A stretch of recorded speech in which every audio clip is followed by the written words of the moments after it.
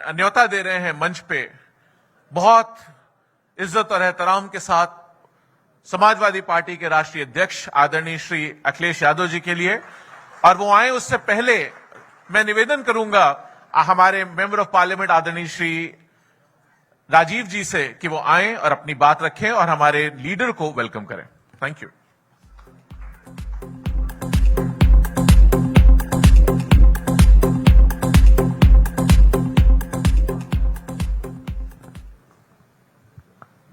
Thank you Abhishek, जिसका हम इंतजार कर रहे थे सुबह से। We had a wonderful session in the morning and I am sure that you all would have learn something.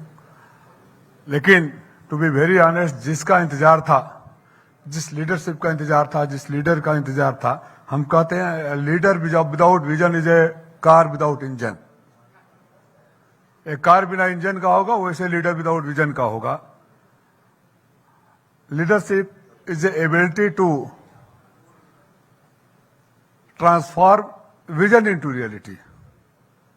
And I am proud to say that my leader, to whom I always call the most visionary leader of the India, कभी किसी ने सोचा था 2012 से पहले कि जिन बच्चों को अच्छे स्कूल और कॉलेज नहीं मिलते हैं उनके हाथों में लैपटॉप होगा। हम पढ़ा करते थे कि गुजरात में 13 साल से अहमदाबाद में मेट्रो नहीं बन रही है, यानी ही planned and executed within 2.5 years of record time। जब सड़कों की बात हो रही थी तो ये बिल्डअप एक्सप्रेसवे, जहां देश के सबसे बड़े लड़ाकू जहाज उतर गए, जहां हेल्थ सेक्टर चरमरा गया था, हिज आइडिया केम और समाजवादी एम्बुलेंस सेवा शुरू किया। दूर दराज, जैसे आप लोग मुंबई में हैं, मैं बेंगलोर में था, तभी बहुत सारे लोग बाहर थे और रात को नींद नहीं आती थी कि घर में कोई बीमार हो जाएगा तो कोई देखने वाला है या नहीं है। ऐसे में एक विजनरी लीडर उत्तर प्रदेश के मुख्यमंत्री बनते हैं और कहते हैं जहां भी कहीं रहो, मेहनत करो, काम करो, खाली 108 नंबर पर डायल कर देना, पड़ोसी पहुंचे न पहुंचे, एम्बुलेंस आपके दरवाजे पर पहुंचकर अपने माँ बाप घर वालों का इलाज कर। This is called vision. इनका विजन सारे डिस्ट्रिक्ट हेडक्वार्टर को 4 लेन से जोड़ना। विजन वास, जब तक नौकरी नहीं मिलती है हम आपको बेरोजगारी भत्ता देते हैं। मंडी अगर गिनाने लगे तो कई से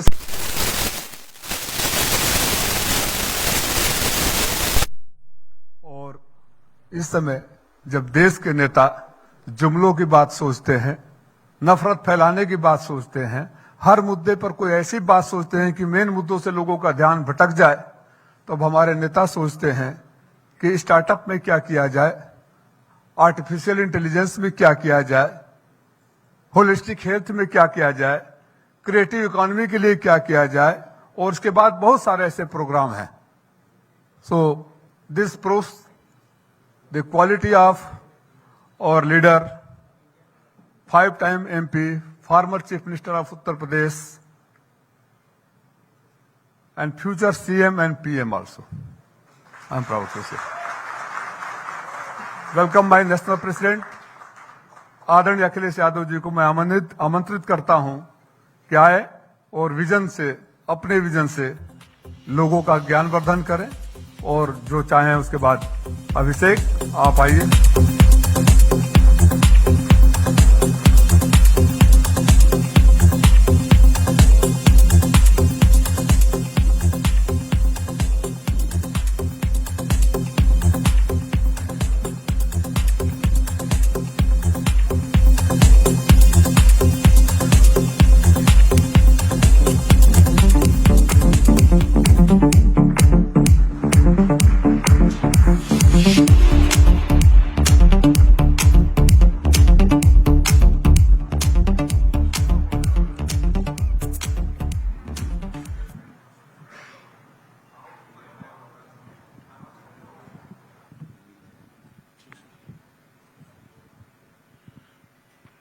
vision India plan developer ascent के इस मंच पे आदरणीय माननीय श्री अखिलेश यादव जी का एक बार पुनः स्वागत।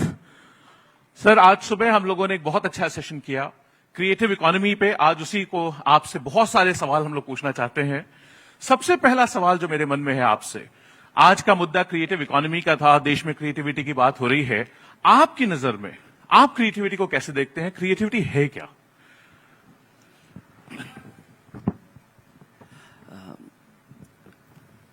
सबसे पहले तो मैं आए हुए सभी अतिथियों का बहुत धन्यवाद और आभार प्रकट करना चाहता हूं, और साथ ही साथ रितेश देशमुख जी ने और प्रोफेसर, जिन्होंने मुझसे पहले बहुत सारी जानकारी और महत्वपूर्ण जानकारी आपको दी होगी, उनका मैं बहुत बहुत आभारी हूं कि क्रिएटिव इकोनॉमी पर उनके विचार हम लोगों को सुनने को मिले हैं। क्योंकि अभिषेक जी ने पहला सवाल मुझसे पूछा है कि हम किस तरीके से क्रिएटिविटी को देखते हैं। सर, मुंबई बड़ा शहर है, ये केवल आर्थिक राजधानी नहीं है, बल्कि मैं कहूंगा ये क्रिएटिव की भी राजधानी है। और मेरे हिसाब से जो मैं समझ सकता हूं कि क्रिएटिविटी क्या है, और क्योंकि पॉलिटिक्स में है, समाज के बीच में हम लोग काम करते हैं, मैं ये कह सकता हूं कि इंसान, इंसानियत और दुनिया को जो बेहतर बनाए वो हमारे लिए क्रिएटिविटी है। क्या बात। क्योंकि आज जरूरत इसी चीज की है कि इंसानियत, हमारा समाज, हमारी दुनिया और जो हम इंसान हैं उसको बेहतर बनाने में जो योगदान हो वही हमारे लिए क्रिएटिविटी है।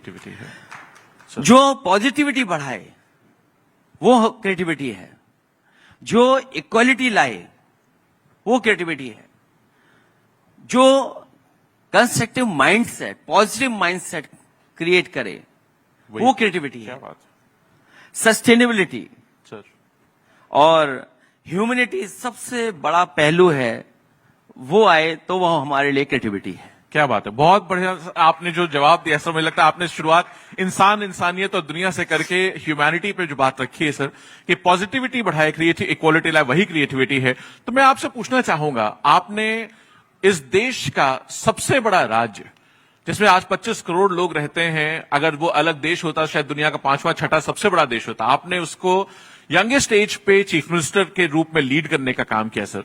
उसमें आपने क्रिएटिविटी का बहुत जरूरत पड़ी होगी। पहली बार बड़े बड़े मुद्दे, पूरे एक फैसला जो 25 करोड़ लोगों की जिंदगी को प्रभावित करता है, उनमें आपने किस तरीके से क्रिएटिविटी का, जब आपको मौका मिला, आपने क्या चीजें आपको आज याद आती हैं, वो एक्सपीरियंस कैसा रहा क्रिएटिविटी का?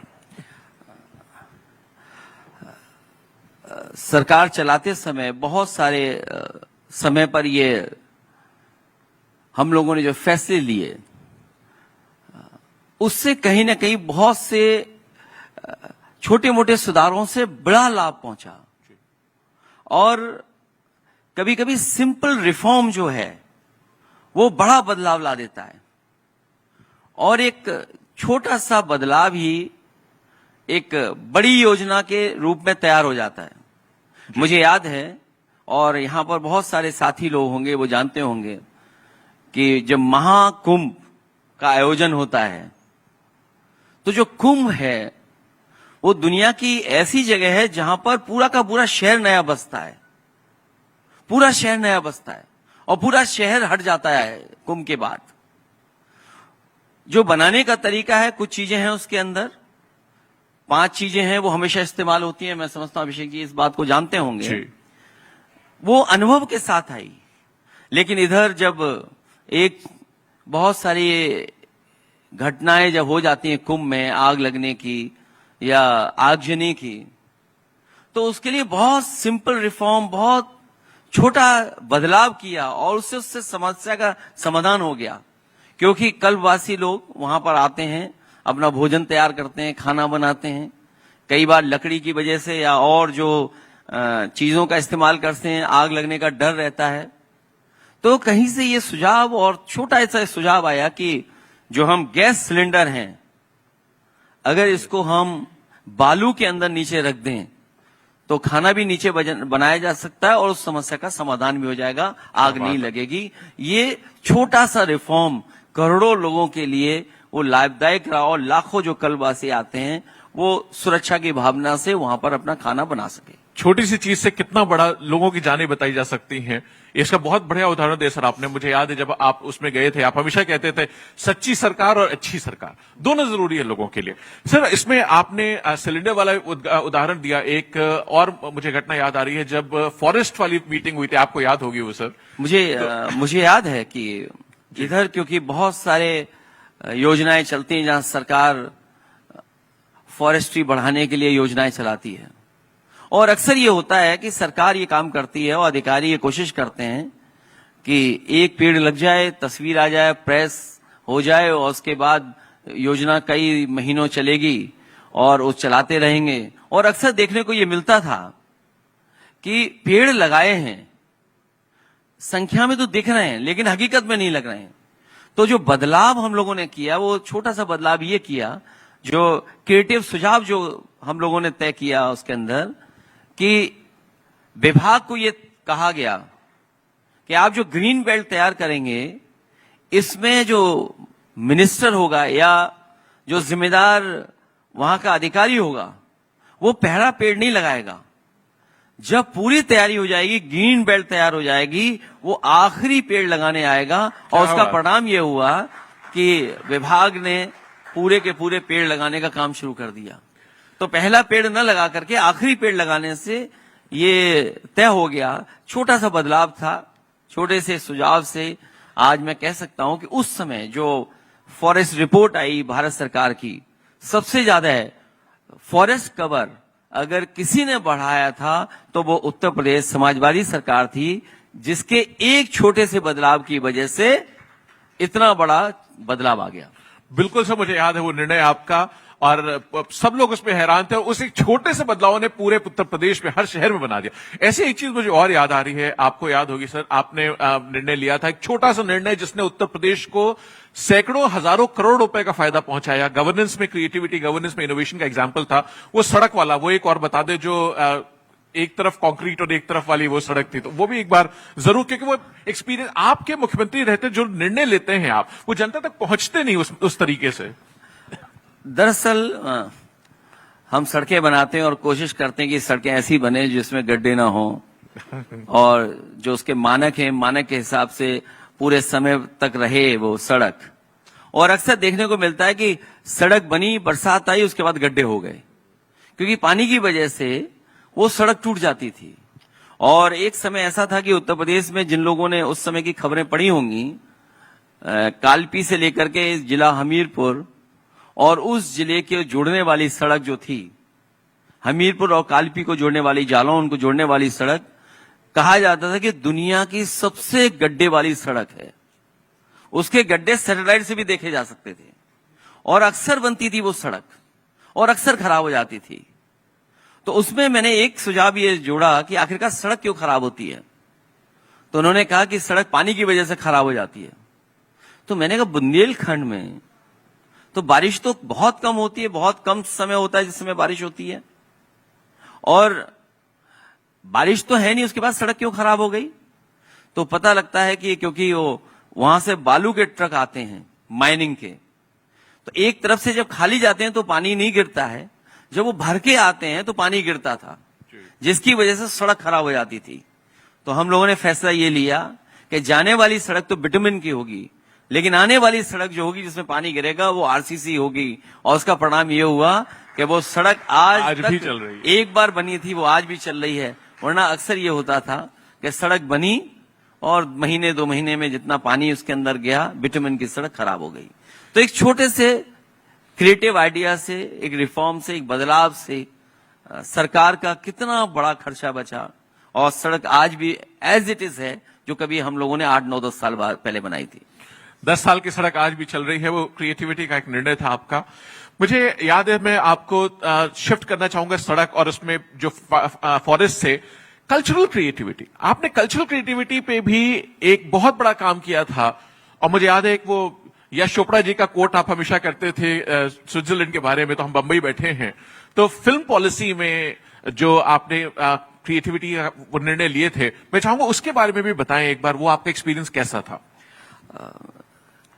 हमारी अर्थव्यवस्था को कल्चर, क्रिएटिविटी और हमारे हैंडीक्राफ्ट, अभी जब मैं प्रोफेसर साहब के पास बैठा था तो कुछ इसी तरह की बात हमारी उनकी हो रही थी कि सबसे ज्यादा अर्थव्यवस्था को लाभ कल्चर, क्रिएटिविटी से होता है।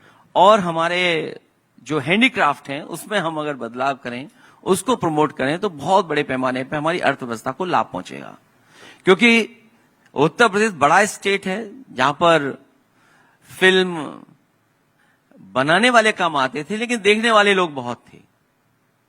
तो उस समय हम लोगों ने बदलाव किया कि सबसे बेहतर स्कीम अगर हो उत्तर प्रदेश की, जिसमें तमाम हमारे फिल्म के लोग, जो जुड़े लोग हैं, जो फिल्म बनाते हैं या उससे संबंधित जितने लोग हैं, उनकी राय पर अगर कोई पॉलिसी बने जी, तो उदाहरण के लिए हम लोगों ने बनाया और उसका परिणाम यह हुआ कि आज भी फिल्म वहां पर शूट होती हैं। और उस समय पर जो हमारे रीजनल एक्टर्स थे, रीजनल जो हमारे कलाकार थे, उनको स्पेस नहीं मिलता था, फाइनेंशियल सपोर्ट उनको कोई नहीं देता था। उसका परिणाम यह हुआ कि हमारी पूर्वांचल की या भोजपुरी फिल्में या बड़े पैमाने पर वो फिल्में बनने लगीं। और इनफैक्ट ओटीटी, और उस समय इतना जोर नहीं था, लेकिन उस समय जो सीरियल्स वगैरह बने उसके लिए भी हम लोगों ने सपोर्ट किया। वो एक एग्जाम्पल बना और एग्जाम्पल बन करके आज भी सरकार उसी योजना पर, उसी काम पर आगे बढ़ा रही है। मुझे याद है आपने मुझसे पूछा था कि तुम्हें पता है स्विट्जरलैंड को किसने पॉपुलर किया? तो मैंने कहा साहब किसने पॉपुलर किया, देश में पॉपुलर? बोले डीएस चोपड़ा ने किया, क्योंकि उन्होंने दिखाया उत्तर प्रदेश दिखेगा तो लोग आएंगे, टूरिज्म बढ़ेगा।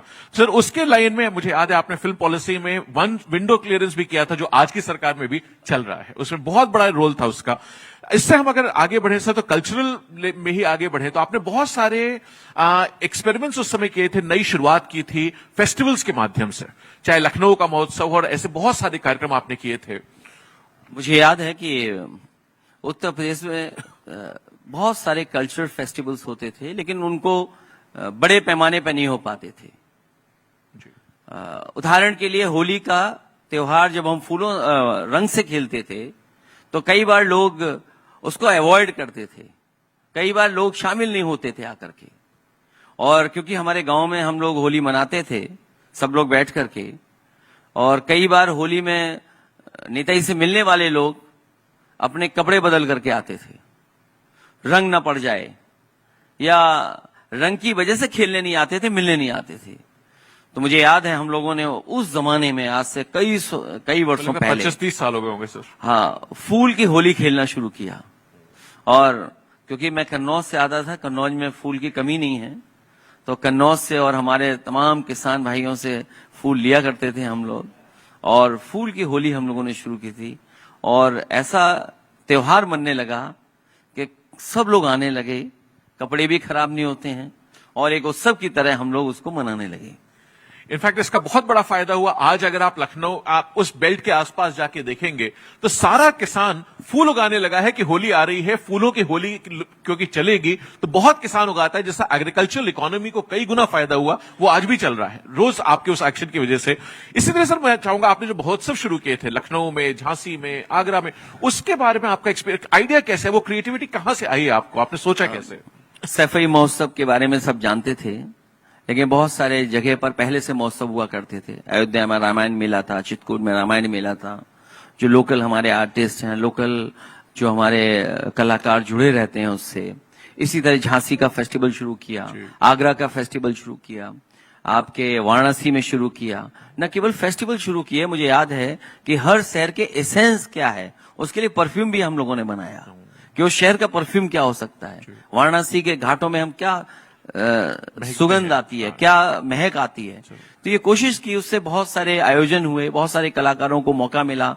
आला थी हमारे और जो लोकल आर्टिस्ट थे जिनको परफॉर्मेंस का मौका नहीं मिलता था, लेकिन उस फैसले ने और सरकार के सहयोग से बड़े पैमाने पे आर्टिस्टों को और फेस्टिवल्स होना शुरू उत्तर प्रदेश में हो गए। कथक को बहुत सपोर्ट किया उस समय आपने, कथक को किया, और उसके बाद जो कलाकार जिनको कोई पहचान नहीं मिलती थी उनको सम्मान देने का भी काम शुरू किया।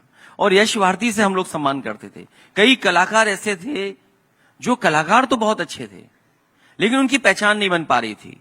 उनका जीवन यापन नहीं हो पाता था, क्योंकि कला एक समय पर उनका साथ दे रही थी, लेकिन उम्र की वजह से वो लोग उस कला में जुड़े तो थे, लेकिन अपना सम्मान नहीं पा पाते थे। इसलिए मुझे याद है कि नेताजी ने जो यश भारती का कार्यक्रम शुरू किया था, और सबसे पहले यश भारती का कार्यक्रम जो नेताजी ने मुंबई से ही शुरू किया था, अच्छा। और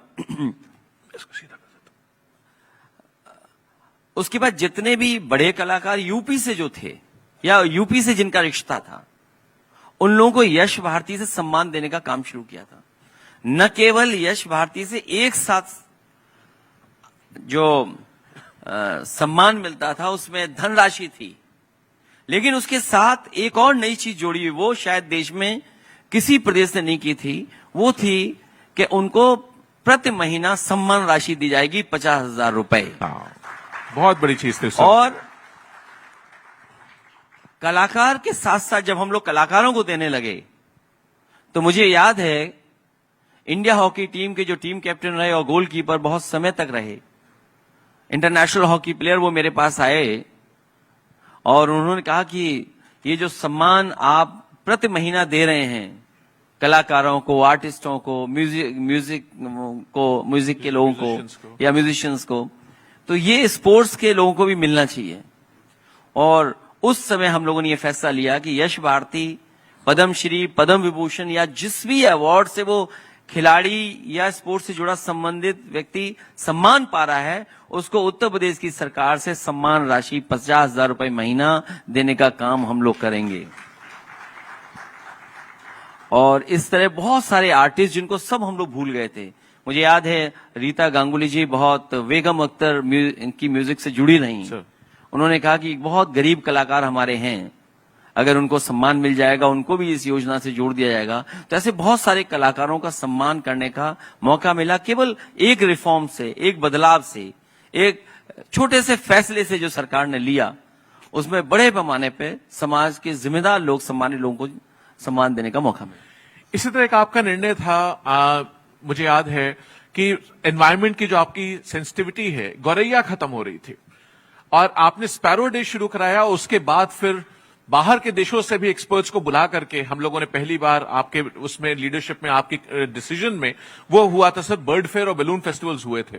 वो आइडियाज आपके आज पूरे लोग उनको याद करते हैं और उसके उदाहरण देते हैं। कैसे आए वो आइडियाज? मुझे अच्छा किया आपने याद दिला दिया, क्योंकि बर्ड फेस्टिवल सुनने में ऐसा लगता है कि क्या फेस्टिवल हम लोग कर रहे हैं।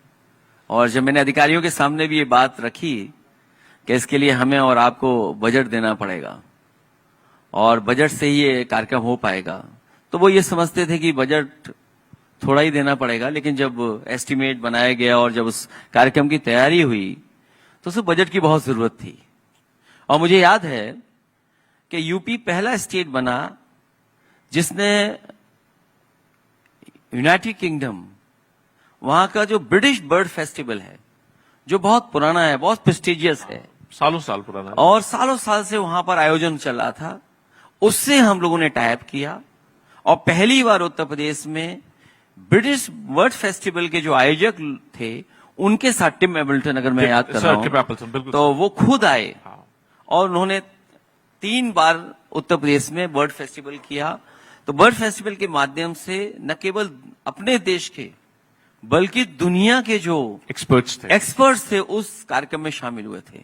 और एक समय पर तो ऐसा भी था कि ब्रिटेन में अगर किसी ने स्पॉन्सर किया था बर्ड फेस्टिवल, तो समाजवादी सरकार में उत्तर प्रदेश गवर्नमेंट ने बर्ड फेस्टिवल भी स्पॉन्सर कर करके एक पहचान बनाने का काम किया। और उसका परिणाम यह हुआ कि पर्यावरण के प्रति, चिड़ियों के प्रति, जानवरों के प्रति एक इमोशनल कनेक्ट और अटैचमेंट होना शुरू हुआ। और उसकी वजह से बहुत सारी जो हमारी गौरैया बर्ड्स थी, जो गांव में, जो पुराने हमारे लोग जो गांव जाते हैं और आज भी हैं गांव में, लेकिन संख्या पहले बहुत होती थी, इधर संख्या कम हो गई थी। कई लोगों ने उसमें काम शुरू किया। आज मैं देखता हूं कि कुछ लोग उससे वाकई जुड़े हुए लोग हैं और गौरैया की संख्या भी बढ़ गई है कई जगह पर। एक और उत्तर प्रदेश के कल्चर को बचाने के लिए आपका निर्णय था, मुझे याद है, लाइट एंड साउंड शोज का, जिसके माध्यम से बच्चे इतिहास भी सीख जाएं और एक एंटरटेनिंग तरीके से। लाइट एंड साउंड म्यूजिक बहुत सी जगह किया। सोशलिस्ट हमारे जेपी जयप्रकाश जी, उनका म्यूजियम क्रिएट किया हम लोगों ने। एक नई चीज थी जहां बच्चे आइडियोलॉजी को समझ सकते थे, उनके संघर्ष को समझ सकते थे, उनके बताए हुए रास्ते पे चल सकते थे कि एक आइडियोलॉजी को कैसे हम इस तरीके से क्रिएटिविटी से जोड़ सकते हैं। वो किया हम लोगों ने उस समय। अब मैं एक सवाल पूछना चाहूँ, क्रिएटिविटी प्रमोट करने के लिए बहुत बड़ी जरूरत है लोगों में एजुकेशनल सेंसिटिविटी होनी चाहिए। तो एजुकेशन के सेक्टर में, और एक बहुत बड़ा क्रिएटिव डिसीजन आपका था जिसकी जो आज भी लोग चर्चा करते हैं, कॉपी करते हैं, कई प्रदेशों में अनाउंसमेंट्स भी होते हैं कि हम ऐसा करेंगे। वो आइडिया आपको कहां से आया, और वो थॉट आपके जो डिजिटल डिवाइड का थॉट था वो कैसे आपने कवर किया उस वक्त पे? सच्चाई तो ये है कि जैसे डिजिटल रेवोल्यूशन शुरू हुआ है, उससे क्रिएटिविटी का रेवोल्यूशन भी शुरू हो गया जी। और बड़े पैमाने पे डिजिटल रेवोल्यूशन ने शुरू कर दिया। और मुझे याद है क्योंकि मैं पढ़ाई के लिए, और जो हमारे गांव के बच्चे हैं उन तक भी उस समय के हिसाब से चीजें पहुंचे, क्योंकि उस समय लैपटॉप अफोर्ड करना बहुत मुश्किल काम था। और हमारी समाजवादी पार्टी को यह माना जाता था कि ये गांव की पार्टी है, अंग्रेजी के खिलाफ है, टेक्नोलॉजी को अडॉप्ट नहीं करते हैं। लेकिन एक फैसले ने, मुझे याद है हमारा एक बहुत बड़ा मैनिफेस्टो बना था, और केवल एक फैसले ने कि हम बच्चों को लैपटॉप देंगे। जो अगले दिन न्यूज़पेपर छपा था उसमें सब में हेडलाइन ये थी कि समाजवादी पार्टी आने वाले समय में सरकार बनाएगी तो बच्चों को पढ़ने के लिए जो आगे पढ़ाई करेंगे उनको लैपटॉप देने का काम करेंगे। और मुझे खुशी इस बात की कि जो लैपटॉप डिस्ट्रीब्यूशन हुआ है उसके लिए कोई भी एक भी व्यक्ति उंगली नहीं उठा पाया आज तक। और प्रोक्योरमेंट और डिस्ट्रीब्यूशन को देखने के लिए और समझने के लिए कि क्या कितना बेहतर डिस्ट्रीब्यूशन किया है और प्रोक्योरमेंट किया है, उसके लिए आपको याद होगा कि एचपी के जो सबसे बड़े अधिकारी थे मार्केटिंग के, वो लखनऊ आए थे। उन्होंने बाकायदा रिव्यू किया था कि जो लैपटॉप उन्होंने दिए हैं या लैपटॉप से जो उत्तर प्रदेश की सरकार जुड़ी है वो वाकई में बच्चों पे पहुंचा है कि नहीं पहुंचा है।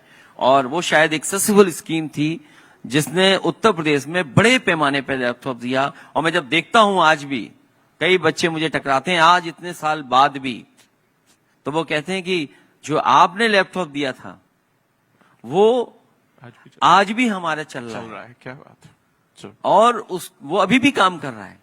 और उसमें एक छोटा सा बदलाव हम लोगों ने ये किया था, अगर आपको याद हो कि जब डिस्ट्रीब्यूशन शुरू हुआ तो हमने उसमें एक शर्त रखी, और शर्त ये रखी कि जब लैपटॉप ऑन हो तो उसमें नेताजी और हम ही दिखाई दें। तो एक छोटी सी क्रिएटिविटी से वो एग्जाम्पल ऐसा बना कि आज भी लैपटॉप कोई ऑन करता हुआ उस जमाने का, वो आज भी हम ही लोगों की तस्वीर देखता होगा। वो हाथ पे किसी के हो, किसी पार्टी के व्यक्ति पर पहुंच गया हो। तो दुनिया का सबसे बड़ा लैपटॉप डिस्ट्रीब्यूशन आपने किया, और एचपी ने उस पर केस स्टडी भी लिखी, और बहुत सालों तक वो केस स्टडी उनके वेबसाइट पे भी रही। तो बहुत इसमें एक चीज में और आपसे जिक्र करना चाहूंगा सर, आपने जब देश में कोई बात नहीं कर रहा था तब आपने स्किल डेवलपमेंट की बात की। जब देश में स्किल डेवलपमेंट मिशन नहीं शुरू हुआ था तब आप 2013 में स्किल डेवलपमेंट मिशन लॉन्च कर चुके थे, सारे प्रदेशों का, सारे प्रदेश के सारी स्कीमों को मिला करके। वो भी अपने आप में बड़ा क्रिएटिव आइडिया था जो बाद में चल के भारत सरकार के लेवल पे भी टेकअप किया गया और कई प्रदेशों ने उसको लागू किया। उसके बारे में जरूर आपका क्या विचार था, हम जानना चाहेंगे सर। क्योंकि कई बार बच्चे पढ़ाई तो कर लेते हैं, डिग्री तो होती है, लेकिन जब तक उनके पास ट्रेनिंग नहीं हो, स्किल उनकी और ट्रेन न किया जाए स्किल में, तो वो जॉब्स नहीं पा पाते हैं। तो मुझे याद है कि परफ्यूमरी में हमारे कन्नौज का बड़े पैमाने पे कारोबार होता है। तो स्किल डेवलपमेंट में परफ्यूमरी को जोड़ा और बच्चों को फ्रांस भेजा, जो दुनिया का परफ्यूमरी का सेंटर है। ग्रासे में भेज करके बच्चों को ट्रेन कराया, बच्चों ने सीखा और वापस आकर के काम किया। तो स्किल डेवलपमेंट केवल एक फील्ड में नहीं बल्कि पॉलिटेक्निक, आईटीआई और नंबर ऑफ कोर्सेज कैसे शुरू किए, ऑटोमोबाइल। और उस समय मुझे याद है कि यूपी ने बहुत अच्छा काम करके दिखाया था, और मुझे ये भी याद है कि आप ही उसके मिनिस्टर थे। और बहुत अच्छा काम किया। उसके बाद भारत सरकार का भी इन्वॉल्वमेंट हुआ। लेकिन भविष्य में अगर कभी हम लोगों को मौका मिलेगा तो शायद ये एक ऐसा फील्ड है जिसमें जितना अच्छा काम किया जाएगा तो क्रिएटिविटी भी आएगी, प्लस हमारे लोगों को नौकरी और रोजगार भी मिलने का काम होगा। स्किल डेवलपमेंट में आपके काम को यूनेस्को ने अवार्ड दिया था पेरिस में बुला करके, आपको याद होगा सर, आप नहीं जा पाए थे, आपने मुझको नामित किया था उसमें जाने के लिए, मैंने जाके अवार्ड भी लिया था उसका। एक और सर इसी तरह जो रिलीजियस हमारा फील्ड है उत्तर प्रदेश में बहुत रिच है। मुझे याद है चाहे वो अयोध्या हो, चाहे मथुरा हो, चाहे दुनिया का सबसे बड़ा मंदिर की शुरुआत हो, उस भजन के हॉल्स हो, उन सब पे भी आपने काम किया था। उसके पीछे क्या सोच थी? हालांकि जिस रूप में मैं बनाना चाहता था उस रूप में वो नहीं बन करके आया है। अक्सर हम देखते हैं कि जो हमारे धार्मिक स्थान हैं और जहां पर बहुत सारे लोग जगह जगह से आते हैं, उसमें गरीबों की संख्या बहुत होती है, और गरीब अगर मंदिर जाए, दर्शन कर करके आए, फिर वो वक्त कहां गुजारे।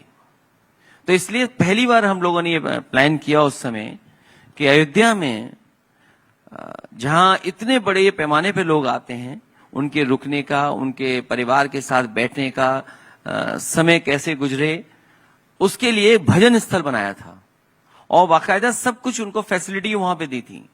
जितनी भी एमिनिटीज हो सकती है वो दे सकते हैं, कि आराम कैसे मिलेगा, हॉल है, सब कुछ है, तो गरीब आकर के वहां समय गुजार सकता था। और कोशिश ये की थी कि जो आर्टिस्ट हैं या जो धर्म से जुड़े लोग हैं, जो लोगों को समझा सकते हैं, वहां बहुत बड़े पैमाने पे साधु संत हमारे रहते हैं, वो कई बार प्रवचन करना चाहते हैं, तो उन्हें सरकार की तरफ से ये प्लेटफॉर्म मिलता कि 2 घंटे 3 घंटे जो यहाँ आए हैं श्रद्धालु, उनके बीच अपनी बात रख सकें, और जो लोकल कलाकार हैं अगर वो भजन के माध्यम से उनको आस्था से और जोड़ सकें, उसके लिए इस तरह के सेंटर्स बनाने का काम उस समय हुआ था। और ये सब कुछ जितना आपने किया क्रिएटिव इकोनॉमी के लिए, क्रिएटिविटी के लिए, रिलीजन के इकोनॉमी के लिए, कल्चर इकोनॉमी के लिए, ये सब बिना इंफ्रास्ट्रक्चर के संभव नहीं था। इंफ्रास्ट्रक्चर पे आपने बहुत रिमार्केबल काम किया, जो आज भी लोग जिसकी कस्में खाते हैं, मैं कह सकता हूं, देश में पहली बार हेलीकॉप्टर प्लेन्स के उतरने से लेकर के। वो विजन क्या था, वो सोच क्या थी आपकी क्रिएटिविटी के कॉन्टेक्स्ट में, वो जरूरी है समझना। हालांकि अभी भारत सरकार ने 11 साल बाद हवाई जहाज उतारे, जो 11 साल पहले हम लोग उतार चुके थे हाईवे पर। और जब मैं आगरा लखनऊ एक्सप्रेसवे बनाना चाहता था, और उस समय क्योंकि यूपी का बजट भी इतना नहीं था और बीच में बहुत सारे फाइनेंशियल ऐसे क्राइसिस आए, जिसमें जिस मॉडल पे मैं चाहता था वो हाईवे बन जाए, वो नहीं बन पाया। पहले सबसे पहले पीपीपी मॉडल पे मैं उस हाईवे को बनाना चाहता था, क्योंकि बैंक सपोर्ट नहीं कर रही थी, फाइनेंशियल इंक्लूजन नहीं हो पा रहा था। उसकी वजह से बहुत सारे साथी जो उसमें शामिल हुए थे, कॉन्ट्रैक्टर्स, वो काम को छोड़ करके चले गए। क्योंकि एक्सप्रेसवे हम लोग बनाना चाहते थे, इसलिए उसको मॉडल बदल करके ईपीसी मॉडल पर लेकर के आए। और जब उस एक्सप्रेसवे को बनाना शुरू किया तो इसके अलोंग क्या क्या करें, तो शायद वो देश का पहला ऐसा एक्सप्रेसवे था। केवल वो एक्सप्रेसवे नहीं था, बल्कि हमारी एग्रीकल्चर इकोनॉमी को कैसे बूस्ट करेगा, उसके किनारे मंडियां थी। कन्नौज में मान लीजिए परफ्यूमरी पार्क था, जिसमें हमारे परफ्यूम के बारे में लोग जान सकें, समझ सकें, या उससे जुड़ा हुआ कारोबार कर सकें, उसके लिए जगह थी। आलू की मंडी थी, क्योंकि आलू बहुत बड़े पैमाने पर होता है, तो एक ही जगह आए आलू किसान का, और कॉमन फैसिलिटी सेंटर बन जाए वहां पर, जिससे कि अगर वो आलू से कोई और प्रोडक्ट भी बनाना चाहे तो वो किसान को फायदा पहुंचे। आगे जाकर के धान का, अन्य चीजों का, प्लस जो हमारे यहाँ सब्जियां होती हैं उसके लिए मंडी थी। और इसके साथ साथ ग्लास सिटी क्रिएट करना चाहते थे हम लोग, और औरैया के पास प्लास्टिक सिटी करना चाहते थे। और ये पहला एक्सप्रेसवे देश का था। अक्सर हम एक्सप्रेसवे में देखते थे कि आप हर 50 किलोमीटर पे आपके टोल होता था। आप बहुत तेज चल करके आए, फिर आप लाइन में खड़े हो गए, क्योंकि आपको जाना बहुत दूर है। हर टोल पर आपका आधा घंटा, कभी 1 घंटा, कभी 45 मिनट ये चले जाते थे। तो उस समय जो डिजाइन हम लोगों ने अपनाई, वो डिजाइन ये अपनाई कि कोई भी टोल सड़क पर नहीं होगा, सबके सब टोल एग्जिट पर होंगे। और उसका परिणाम ये हुआ कि 323 किलोमीटर में कहीं भी ऊपर टोल नहीं था, सब टोल आपके नीचे थे। और ये पहला ग्रीनफील्ड एक्सप्रेसवे ऐसा था कि इसके अलोंग, हालांकि वो जितनी भी इलेक्ट्रिफिकेशन उसमें है वो हमारी सोलर से है, सोलर एनर्जी से, प्लस इसके अलोंग हम सर्विस लेन, किसी भी एक्सप्रेसवे में उससे पहले सर्विस लेन नहीं बनती थी। और सर्विस लेन बनाने के साथ साथ, क्योंकि किसान की जमीन जा रही है तो किसान आंदोलन करता था कि उसको जगह नहीं मिल रही, अगर वो क्रॉस करना चाहे, उसका गांव से खेत दूर हो गया, तो हम लोगों ने बाकायदा किसानों से सुझाव मांगा कि आप बताइए आप कहां पर चाहते हैं कि आपके खेतों से सीधे पहुंच जाएं। तो वहां कलवर्ट, पुलिया या जो भी उनके अंडरपास देने थे, तो जब सुझाव लिए तो हमको बहुत ज्यादा कलवर्ट या अंडरपास नहीं बनाने पड़े, ज्यादा से ज्यादा 20 हमें कलवर्ट और अंडरपास बनाने पड़े। और उसका परिणाम यह हुआ कि उस एक्सप्रेसवे के अलोंग एक भी किसान ने आंदोलन नहीं किया, जबकि जमीन भी 3 महीने के अंदर उन्होंने दे दी, केवल एक छोटे से बदलाव से कि सुझाव उनसे ले लें, ना हम उनके हिसाब से डिजाइन कर दें, हम डिजाइन न दे दें उनको, बल्कि हम उनसे पहले ही सुझाव ले लें कि आपके गांव खेत कहां से रास्ता चाहते हैं, कहां पे अंडरपास बनेगा, कहां कलवर्ट देंगे, तो उससे हमें एडवांटेज पहुंचा।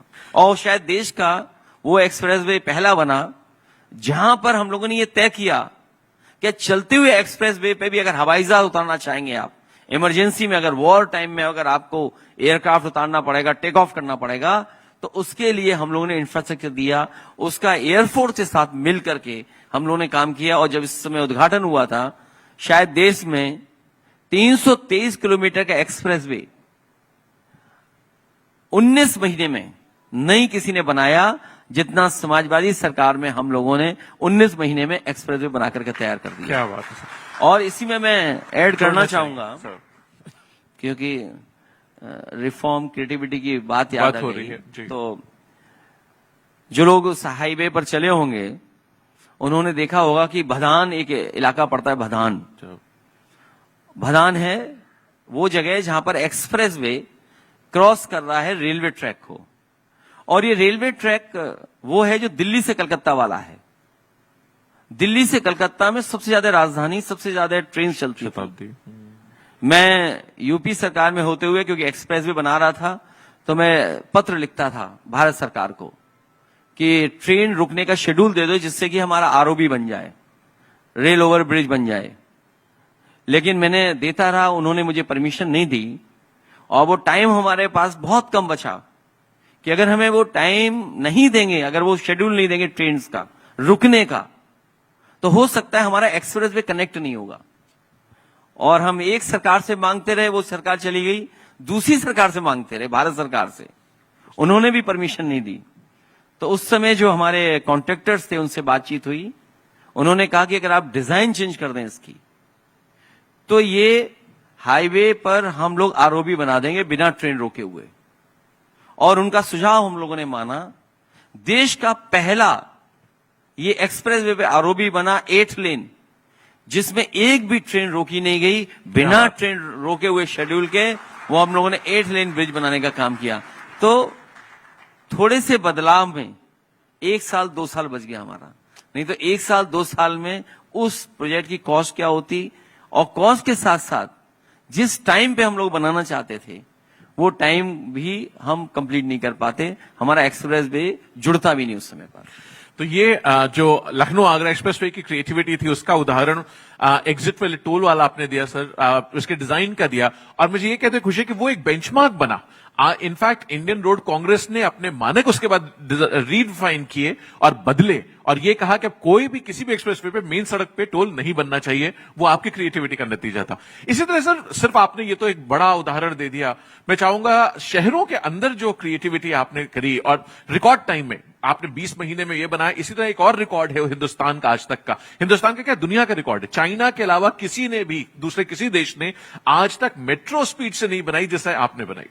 उसका क्या है सर? मुझे याद है कि जब लखनऊ मेट्रो में, हालांकि वो मेट्रो हमारे मैनिफेस्टो का पार्ट नहीं था, जो लखनऊ की मेट्रो या और जगह जो मेट्रो बनी है यूपी में, वो हमारे मैनिफेस्टो का पार्ट नहीं था, लेकिन अर्बन उसके लिए जरूरत थी लोगों के लिए एक clean, neat and clean, environment friendly public transport system. तो इसलिए हम लोगों ने जिन सिटीज में बन सकता था, और उस समय की सेंट्रल पॉलिसी के तहत जिन शहरों को हम फाइनेंशियली इंक्लूजन ले सकते थे, वहां पर मेट्रो बनाने का काम शुरू किया। और मुझे याद है, मेट्रो बनाने से पहले देश के मेट्रो मैन इंजीनियर श्रीधन जी को मैंने सरकार का एडवाइजर बनाया। वो हमारे साथ सहयोग कर रहे थे कि मेट्रो कितनी जल्दी और कैसे बने। उसी समय कोचीन की भी मेट्रो बनने लगी थी। तो मुझे ये लगा कि कहीं ऐसा ना हो कि श्रीधरन जी कोचीन के प्रति थोड़ा ज्यादा लगाव रखें, क्योंकि वो कोचीन से ही आते थे। तो मैंने उनसे रिक्वेस्ट की कि ऐसा मत करिएगा कि कोचीन की जल्दी मेट्रो बन जाए और लखनऊ की बाद में बने। उन्होंने कहा ऐसा नहीं होगा, और उसका परिणाम ये हुआ कि एडमिनिस्ट्रेटिव लेवल पर, गवर्नमेंट लेवल पर और कॉन्ट्रैक्टर लेवल पर, और जो हमारे एडवाइजर थे श्रीधरन जी, उनके साथ चलने से रिकॉर्ड टाइम में हम लोगों ने देश की सबसे जल्दी मेट्रो 9 किलोमीटर के कहीं शुरू की थी, तो वो लखनऊ की मेट्रो रिकॉर्ड टाइम में 9 महीने में शुरू कर दी थी। ठीक है, और वो स्टैंडर्ड आज भी बीट नहीं हुआ, वो रिकॉर्ड आज भी बीट नहीं हुआ है। इसी तरीके से मैं चर्चा करने, जो हमने एक्सप्रेसवे की बात की, मेट्रो की बात की, एक और आपका क्रिएटिव निर्णय था, वो था सिंगल पेयर रोड्स का। उससे पहले सिर्फ डबल पेयर रोड्स बनती थी, तो सिंगल पायर पे उठा करके जो एलिवेटेड रोड का था, उसके बारे में वो कैसे आया, वो how did that idea come to you? कई बार हमारे शहर में क्योंकि ट्रैफिक इतना है, हमें रास्ते देने हैं, ट्रैफिक कंजेशन को निकालना है, हटाना है, तो कई बार हम लोग जो पुरानी डिजाइन है उस पर काम करते हैं। लेकिन जब एलिवेटेड हाईवे बनाना था गाजियाबाद में दिल्ली से जोड़ने वाला, तो स्पेस कम था और उसका अलाइनमेंट ऐसा था कि हम बहुत ज्यादा उसको मूव नहीं कर सकते थे लेफ्ट और राइट। तो उस समय ये बात तय हुई कि अगर इसको हम डिजाइन चेंज कर दें, और डिजाइन ऐसी चेंज करें जिससे कॉस्ट इफेक्टिव भी होगी और सिंगल पेयर पे 6 लेन हाईवे भी बन जाएगा। तो उस समय देश का सबसे बड़ा single pair 6 lane elevated road अगर किसी ने बनाया था तो उत्तर प्रदेश में बनाया था, जिससे लोगों का 2-2 घंटे का सफर केवल 25 मिनट में हो जाता था। गाजियाबाद को जोड़ने वाला दिल्ली वाला जो सिंगल पेयर एलिवेटेड था, अभी मुझे नहीं पता है कि कहां बन गए हैं, लेकिन इधर मैंने देखा है कि बहुत सारे शहरों में या बहुत सारे हाईवे पर ये सिंगल पेयर एलिवेटेड 6 लेन सड़कें बन रही हैं। एनएचआई ने उससे काफी प्रेरणा लेकर के वो किया। इसी तरह आपने नदियों पे बहुत काम किया। गोमती रिवर फ्रंट एक एग्जाम्पलरी काम इसलिए था क्योंकि कई बार रिवर फ्रंट को लेकर के बहुत सी चर्चाएं होती थीं, और कि नदी कैसे साफ बहे शहर के अंदर। गुजरात की एक नदी का बहुत ज्यादा प्रचार होता था, तो उस समय हम लोगों ने ये स्वीकार किया कि अगर लखनऊ जैसे शहर में अगर ये एग्जाम्पलरी काम कर ले जाएं हम लोग, और मैं ये कह सकता हूं कि जो डिजाइन किया गया वो सबसे मॉडर्न और सबसे कॉस्ट इफेक्टिव डिजाइन हुआ, और उसमें एक कोशिश की गई कि शहर के अंदर कोई भी नाला उसके अंदर नहीं जाएगा, और अगर कोई नाला जाएगा भी तो ट्रीट होकर के पानी उस नाले में जाएगा। तो शहर में पहली बार इतने बड़े रिवर फ्रंट बना, न केवल रिवर फ्रंट बनाया बल्कि उसके अलोंग जो हम ग्रीन बेल्ट तैयार कर सकते थे, पार्क एक्टिविटीज के लिए तैयार कर सकते थे, गेट टुगेदर के लिए चीजें क्रिएट कर सकते थे। शायद देश का वो बनकर के जब पूरा तैयार हो जाएगा तो देश का सबसे सुंदर, सबसे अच्छा और सबसे वेल डिजाइन अगर कोई रिवर फ्रंट होगा जहां लोगों के लिए होगा, वो लखनऊ का गोमती रिवर फ्रंट होगा। रिवर फ्रंट तो दुनिया में बहुत हैं, लेकिन उनमें हमेशा आप देखेंगे कॉमर्शलाइजेशन होता है। आपने वो निर्णय नहीं लिया, क्या सोच थी उसके पीछे? क्योंकि अगर आप कॉमर्शलाइजेशन कर देंगे तो वो ग्रीन जो आप क्रिएट करना चाहते थे कि लोग आए पार्क में हरा भरा देखें, और उसमें कोशिश ये की गई कि जिस तरीके से लोग ब्लूमिंग देखते हैं कि हमारे इस सीजन में ये पेड़ उग रहे हैं, आजकल तो हम नेट पे देखते हैं कि चेरी ब्लॉसम कब हो रही है, और बहुत सारे ट्रीज हैं जो फ्लावरिंग करते हैं।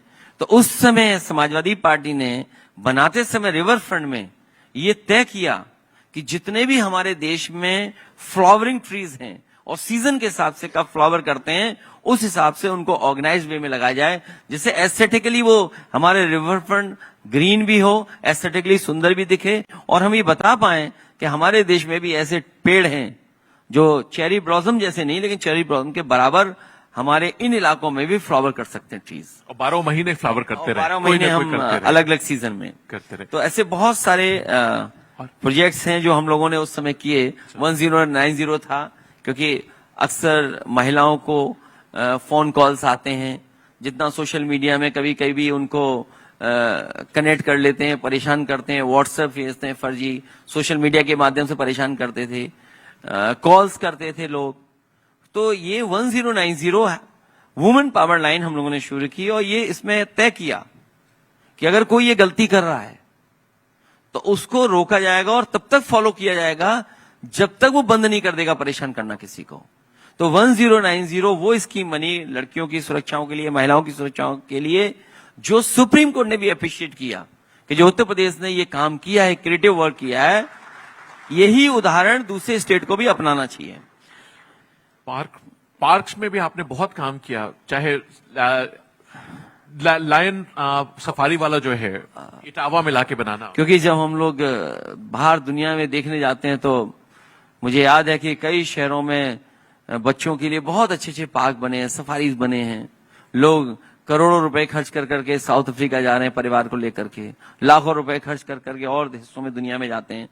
तो उस समय समाजवादी पार्टी ने कोशिश की, फॉरेस्ट की बहुत बड़ी लैंड इटावा में थी, इटावा को दूसरी तरीके की पहचान थी, लेकिन इटावा में नेताजी के समय पर शुरू किया गया लाइन सफारी और एनिमल सफारी, उसको शुरू किया, उसके टाई अप किए हम लोगों ने। मुझे याद है कि लॉन्गलीट पार्क है लंदन का, यूके का, उनका सपोर्ट लिया, उनके एक्सपीरियंस का सपोर्ट लिया। सैन डिएगो के साइंटिस्ट थे, उनको साथ जोड़ा हम लोगों ने। और जो सिंगापुर में नाइट सफारी है, जो नाइट सफारी को लुक आफ्टर करते हैं, जिन्होंने नाइट सफारी बनाई है, किया था सर, उनको साथ लिया। उन सब के एक्सपेंसेस को हम लोगों ने जोड़ा और हमारे लिए क्या सूट करता है वो लाइन सफारी और एनिमल सफारी हम लोगों ने इटावा में बनाई। और देश की वो एग्जाम्पलरी लाइन सफारी बनी है कि गुजरात के बाद, गिर के बाद अगर मैन मेड कोई लाइन सफारी बनी है तो वो इटावा में बनी है। आज मुझे खुशी है इस बात की कि 20 और 24 से ज्यादा वहां पर आज लाइन्स हैं जो वहां पर सरवाइव कर रहे हैं। शायद ये पहला एग्जाम्पल है न केवल देश का बल्कि दुनिया का जहां जीरो से हम लोगों ने शुरू किया। और एक बहुत अच्छा ब्रीडिंग सेंटर है जहां पर समय समय पर हमारे एक्सपर्ट और डॉक्टर्स कोशिश में रहते हैं कि कोई भी लाइन बीमार ना हो, जान ना जाए। ये शायद अपने आप में एक एग्जाम्पलरी काम इटावा में हुआ। और अभी 3-4 आप शायद 5-7 दिन पहले 3-4 कब्ज भी हुए हैं। हाँ, 4 कब्ज हुए हैं अभी। इसी ये सारा आपने जस्ट लॉन्गलीट का नाम लिया तो उसी नजर में मुझे याद आता है मैनहट्टन का सेंट्रल पार्क या आपका सेंट जेम्स पार्क या विंसर पार्क। तो उस नजर से भी लखनऊ को बड़ा फायदा हुआ क्योंकि अभी फ्लैट बनने लगे हैं। हालांकि फ्लैट और मल्टी स्टोरी बिल्डिंग्स में लोग रहने लगे हैं। ओपन स्पेसेस तो हैं लेकिन ओपन स्पेसेस बहुत ग्रीन, बहुत बड़े नहीं हैं। तो लखनऊ में जो ओपन स्पेसेस थे जिनको हम पार्क बना सकते थे, लखनऊ जैसे शहर में जहां लाखों लोग रहते हैं, आसपास बड़े पैमाने पे मल्टी स्टोरी बिल्डिंग है, वो कहां जाएं ओपन स्पेस में या ऑक्सीजन लेने कहां जाएं। लोग कहते हैं पार्क हमारे लंग्स बनते हैं। तो जेनेशियस पार्क जो 400 एकड़ से ज्यादा है वो समाजवादी सरकार में बना और उसमें कोशिश की गई कि क्वालिटी प्लांटेशन हो। जो हमारे प्लांट्स हैं, ट्रीज लगे हैं, क्वालिटी ट्रीज लगे। ये नहीं कि हम बस ट्रीज लगा दें, लेकिन कोशिश की गई कि क्वालिटी ऑफ ट्रीज की बहुत अच्छी हो। न केवल वो बना, दूसरा हमारा लोहिया पार्क बना जो 70 एकड़ से ज्यादा में पार्क है। वो शायद दोनों लंग्स हैं शहर के। बिल्कुल है। और इसके साथ साथ मैं अभी कुछ दिन पहले सोशल मीडिया पे एक वीडियो, यहाँ के बहुत प्रतिष्ठित और हमारे साथ राज्यसभा में सांसद हैं मिलिंद देवरा जी, उनका मैं वीडियो देख रहा था। वो मुंबई की तारीफ कर रहे थे कि एक साइकिल हाईवे यहां बना है और यूज किया है, जो इंफ्रास्ट्रक्चर यहां बन रहा है उसमें एक साइकिल हाईवे बनाने की कोशिश की है। और मुझे याद आ रहा है कि जब समाजवादी सरकार थी तो मैंने जर्मनी का पढ़ा था कि जर्मनी में कोई रेलवे ट्रैक खत्म कर करके उन्होंने साइकिल हाईवे बनाया है। तो उस समय आइडिया मिला और उस आइडिया को हम लोगों ने यूपी में अपनाया और एक ऐसे इलाके से साइकिल हाईवे बनाया जहां नेचर है, जहां बहुत सारी नदियों के किनारे जा सकते थे, रिलीजियस स्पॉट्स थे। और चंबल के इलाका है जहां रिवाइंस देख सकते हैं आप, इटावा से लेकर के आगरा तक का, क्योंकि बहुत सारे टूरिस्ट आते थे जो घूमना चाहते थे उस इलाके को, जो रिवाइंस है, जो नदी का किनारा है, जो वाइल्ड लाइफ है, उसको देखने के लिए। तो पहला देश का 200 किलोमीटर का साइकिल हाईवे केवल साइकिल के लिए अगर किसी ने बनाया था उस जमाने में तो समाजवादी सरकार में बना। और आज भी वो साइकिल हाईवे लोगों के इस्तेमाल में है। मुझे जानकारी मिलती है, अखबार पढ़ता हूं कई बार, जो बच्चे हैं वो आज भी वहां पर साइकिल चला रहे हैं। गांव के लोगों को एक आसान रास्ता मिल गया है कहीं जाने के लिए, कहीं आने के लिए, उसी साइकिल हाईवे के माध्यम से, जो अभी टूटा नहीं है क्योंकि इतना क्वालिटी का बनाया गया था, आरसीसी का, सीमेंट कंक्रीट का नहीं, आरसीसी का बनाया कुछ जगह पर, जिससे वो टूटे नहीं। तो आज भी साइकिल हाईवे वो चल रहा है। और इन सब के लिए गवर्नेंस बहुत जरूरी थी। तो आपने इस क्रिएटिविटी को ट्रांसलेट करने के लिए, चाहे लोक भवन हो चाहे हाईकोर्ट की बात हो, उसको भी आपने मजबूत किया। क्योंकि जब तक आपका गवर्नमेंट का इन्वॉल्वमेंट नहीं होगा, फंड्स नहीं होंगे, बजट नहीं होगा या इंटरेस्ट गवर्नमेंट का नहीं होगा, तब ये संभव नहीं है। ये क्योंकि नए प्रोजेक्ट हैं, क्रिएटिव प्रोजेक्ट्स हैं, क्रिएटिविटी इसमें इन्वॉल्व है, तो जब तक सरकार का इन्वॉल्वमेंट नहीं होगा, फंड्स नहीं होंगे, तो शायद ये संभव नहीं है। कोशिश की कि इंफ्रास्ट्रक्चर भी नया हो, मुख्यमंत्री का कार्यालय नया हो, पुलिस भवन, क्योंकि पुलिस का मैं देखता था कि पुलिस जो उनकी ऑफिसेज हैं, कोई ऑफिस यहाँ पर है, कोई वहां पर है, कोई यहाँ, अगर कोई पीड़ित है जिसको काम होता था, वो 10 ऑफिस में जाना पड़ता था उसको, क्योंकि अलग अलग जगह अलग अलग समय पर डिपार्टमेंट ने अपनी ऑफिसेज बनाई थी। तो उस समय समाजवादी पार्टी ने, हम लोगों ने काम किया कि एक पुलिस हेडक्वार्टर बना दें, उसी में सब कुछ मिल जाए पुलिस का। अगर किसी को कोई तकलीफ है, परेशानी है, या पुलिस की फंक्शनिंग के लिए अगर उन्हें काम करना, तो एक फ्लोर के नीचे सब आ जाएं। शायद देश में किसी भी स्टेट ने पुलिस के लिए हेडक्वार्टर नहीं बनाया होगा, जो सबसे जरूरी है, क्योंकि आम लोगों से जुड़ा हुआ ये वो है। वो अगर किसी ने ये क्रिएटिव फैसला लिया, वो समाजवादी सरकार में हम लोगों ने लेकर के एक पुलिस हेडक्वार्टर बनाने का। तो सर, आपने सरकार के लिए मुख्यमंत्री भवन, पुलिस के लिए पुलिस हेडक्वार्टर और जुडिशरी के लिए भी आपने किया। हाई कोर्ट भी एक, क्योंकि लखनऊ हाई कोर्ट की नई बिल्डिंग बननी थी, तो एक मॉडर्न, एक समय के हिसाब से इंफ्रास्ट्रक्चर बने, जिसमें टेक्नोलॉजी से लेकर के जो हमारे जजेस हैं या जो हमारे अधिवक्ता हैं या जो लोग आते हैं, उनको भी सुविधा मिले। शायद देश में इतना बड़ा हाई कोर्ट कहीं नहीं बना होगा। और उस समय जो चीफ जस्टिस आए थे, जब उन्होंने उद्घाटन में कहा, उन्होंने कहा कि अगर मुझे ये पता होता कि लखनऊ का हाई कोर्ट इतना बड़ा है, तो मैं शायद यहीं पर जज बनता, मैं शायद दिल्ली में न बनता। तो आज भी देश में इतना बड़ा हाई कोर्ट, किसी के पास बड़ा इंफ्रास्ट्रक्चर नहीं है, और मॉडर्न इंफ्रास्ट्रक्चर आज के समय के हिसाब से किसी स्टेट ने नहीं बनाया, जो समाजवादी सरकार में उस समय बना था। आप जब पुलिस की बात करते हैं, तो पुलिस में एक बहुत बड़ा एक्सपेरिमेंट आपने उस समय किया था, जब टेक्नोलॉजी ऐसी नहीं थी, कम्युनिकेशन चैनल ऐसे नहीं थे, पूरे प्रदेश का एक कंट्रोल रूम, जिसके लिए बहुत स्टडी टूर भी गया था, वो उस क्रिएटिविटी का एग्जाम्पल भी जरूर बताइए। अक्सर ये फिल्मों में देखा है हम लोगों ने, और स्वाभाविक भी है कि घटना के बाद ही पुलिस पहुंचती है। लेकिन कई बार ये सुनने को मिलता था यूपी में कि पुलिस को बुलाते हैं, फोन नहीं उठता, और बहुत से इश्यूज ऐसे थे कि अगर आप फोन कर रहे हैं तो हो सकता है फोन पे व्यवहार उस तरफ से अच्छा ना हो। तो इसलिए मॉडर्न पुलिस के लिए रिस्पांस सिस्टम बनाना, और उस समय हम लोगों ने एक प्रोफेसर वेंकट, जो बहुत रिनाउंड प्रोफेसर हैं, उनको साथ लिया। वो हैदराबाद के थे, उन्हें सरकार के साथ जोड़ा, और दुनिया में जो सबसे बेहतर रिस्पांस सिस्टम है, जैसे न्यूयॉर्क पुलिस डिपार्टमेंट किस तरह का रिस्पांस देता है अगर घटना आए सामने, सिंगापुर में किस तरह का रिस्पांस सिस्टम काम करता है पुलिस का, और ह्यूस्टन का कैसे काम करता है, जो हमारे सरकार के सबसे अच्छे अधिकारी थे, जो टेक्नोलॉजी को समझते थे, और उनका जिनका कैरियर में बहुत अच्छा काम था, उन अधिकारियों की टीम बना करके और प्रोफेसर वेंकट को साथ जोड़ करके हम लोगों ने न्यूयॉर्क भेजा, एनवाईपीटी के हेडक्वार्टर में गए, ह्यूस्टन में गए, और ह्यूस्टन के बाद वो सिंगापुर भी गए, और हर लेवल के पुलिस के अधिकारियों से बात की, एसओ लेवल पर, सीओ लेवल पर, डिप्टी एसपी पर, एसएसपी पर, डीआईजी, आईजी, हर लेवल पर पुलिस को क्या दिक्कत आती है, कैसे रिस्पांस करना है, उसके लिए सबसे बेहतर डायल 100 रिस्पांस सिस्टम उस समय बनाया, और 1000 गाड़ी सरकार ने खरीद करके पुलिस को दी, और वो पॉइंट्स मार्क किए कि अगर घटना इस इलाके में होगी तो 5 मिनट में पुलिस पहुंच जाएगी। तो ये पहला यूपी का वो रिस्पांस सिस्टम था जो डायल 100 के माध्यम से पुलिस को हम लोगों ने दिया, और उस समय की सबसे अच्छी गाड़ी जो थी वो इनोवा थी। पुलिस को इनोवा दी, जो हेड कांस्टेबल थे वो इनोवा पे चलते थे, और गाड़ियां उनको उपलब्ध कराई थी। उससे पुलिस को एक सबसे बेहतर रिस्पांस सिस्टम मिला, उससे वर्क प्रेशर उनका कम हुआ, प्लस लोगों को भरोसा बढ़ा कि अगर वो फोन करेंगे तो कोई बदतमीजी नहीं करेगा। और उसमें छोटा सा बदलाव ये हम लोगों ने किया कि जो फोन उठाने वाले लोग होंगे, जो कॉल सेंटर बनेगा, उसमें पुरुष नहीं होगा, उसमें महिलाएं होंगी, लड़कियां होंगी। और वो इसलिए फैसला लिया कि वो कभी व्यवहार खराब नहीं कर सकती हैं। तो आज भी डायल 100 में जो सबसे पहला फोन कॉल रिसीव करती हैं किसी घटना का, तो वो लड़कियां हैं, महिलाएं हैं, जो उसको देख रही हैं, और आज भी वो चल रहा है। वो क्रिएटिविटी का एक बड़ा एग्जाम्पल था सर उस समय। आपने एक और उसी में आपको याद है मैपिंग पहली बार हुई थी कि आदमी भागेगा तो किस रास्ते से भागेगा। ठीक बात है, क्योंकि उस समय टेक्नोलॉजी इंट्रोड्यूस हो गई थी। हमारी जो गाड़ियां थी उसमें कैमरास थे, जीपीएस का इस्तेमाल कर रहे थे, बड़ी वॉल पे स्क्रीन थी, तो वॉच कर सकते थे कि घटना स्थल हेडक्वार्टर में देखा जा सकता था और जो भी ट्रैक कर सकते थे कि किस रास्ते से भागेगा, क्योंकि हर मार्ग थी जगह पर। तो पुलिस को पहले इन्फॉर्म कर सकते थे कि अगर कोई भागेगा इस रास्ते आएगा तो यहाँ पर ये पुलिस मिलेगी, उस रास्ते जाएगा तो वहां, क्योंकि वो पूरा का पूरा मैप्ड था हमारे पास उत्तर प्रदेश। पहली बार मैपिंग हुई तो हिंदुस्तान में किसी के भी। मैं आपको लाना चाहूंगा, यूथ पे हमेशा आपका बहुत विजन रहता है, हमेशा फोकस आप करते हैं। उत्तर प्रदेश के यंगेस्ट चीफ मिनिस्टर आप रहे।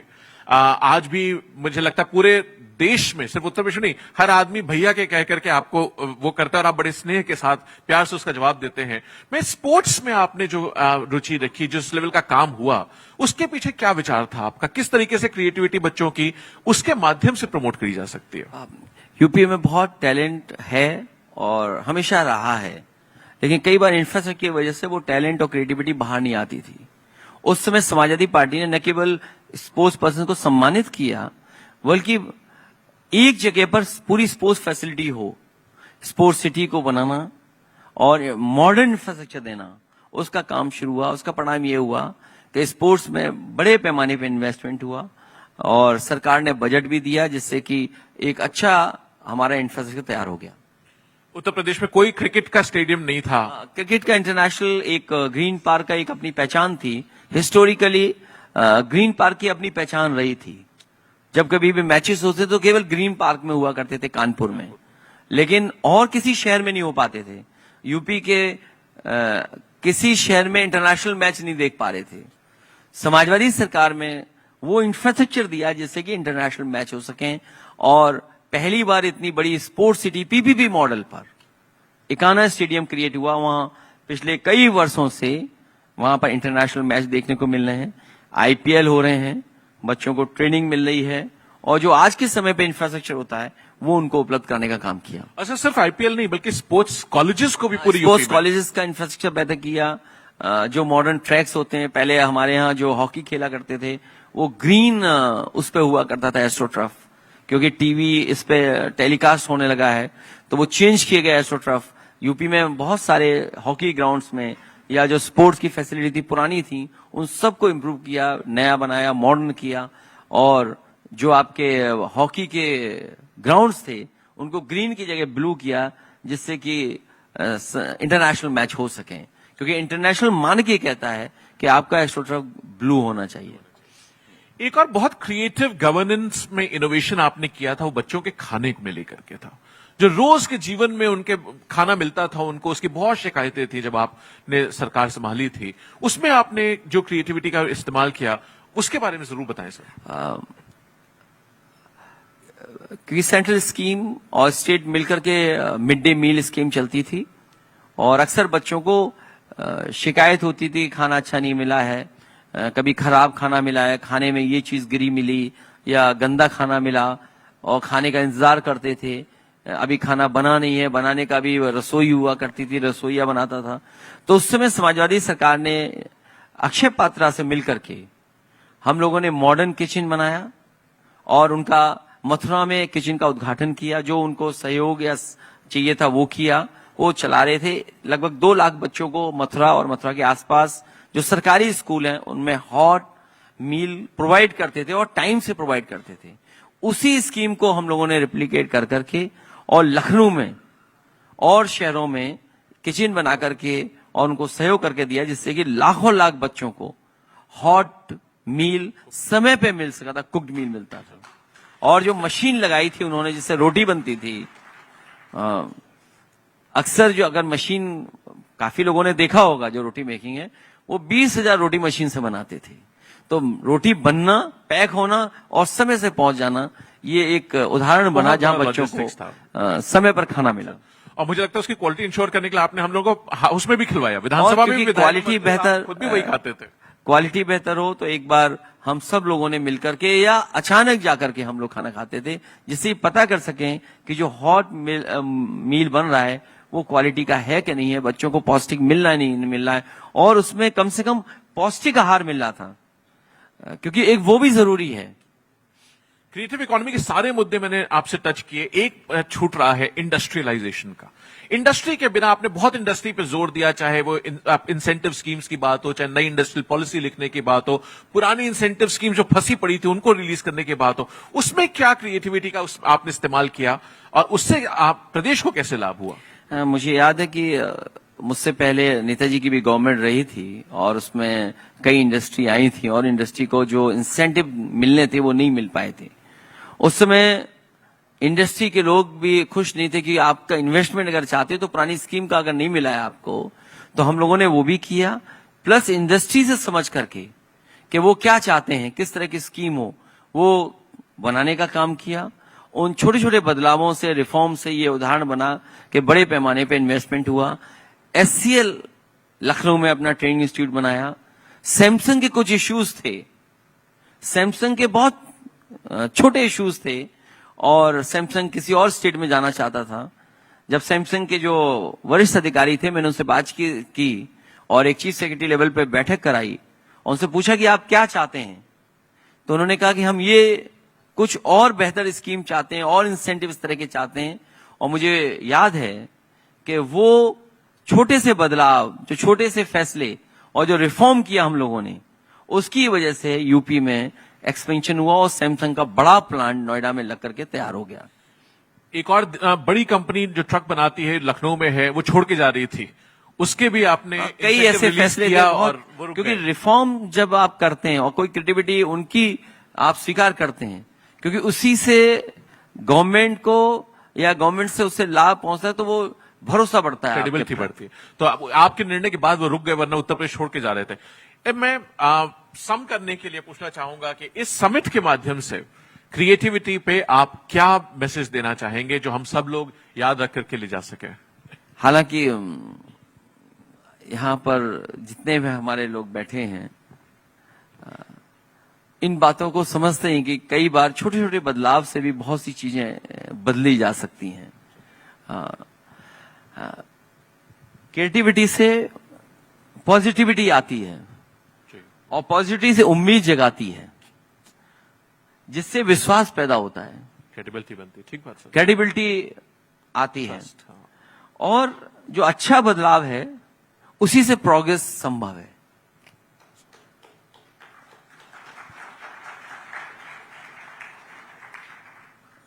और क्रिएटिव इकोनॉमी डिस्ट्रक्टिव इकोनॉमी की जगह लॉन्ग टर्म बेस बनती है। ठीक बात सर। ये जो भरोसा बढ़ता है क्रिएटिव इकोनॉमी से, इंसानियत की काबिलियत बढ़ती है।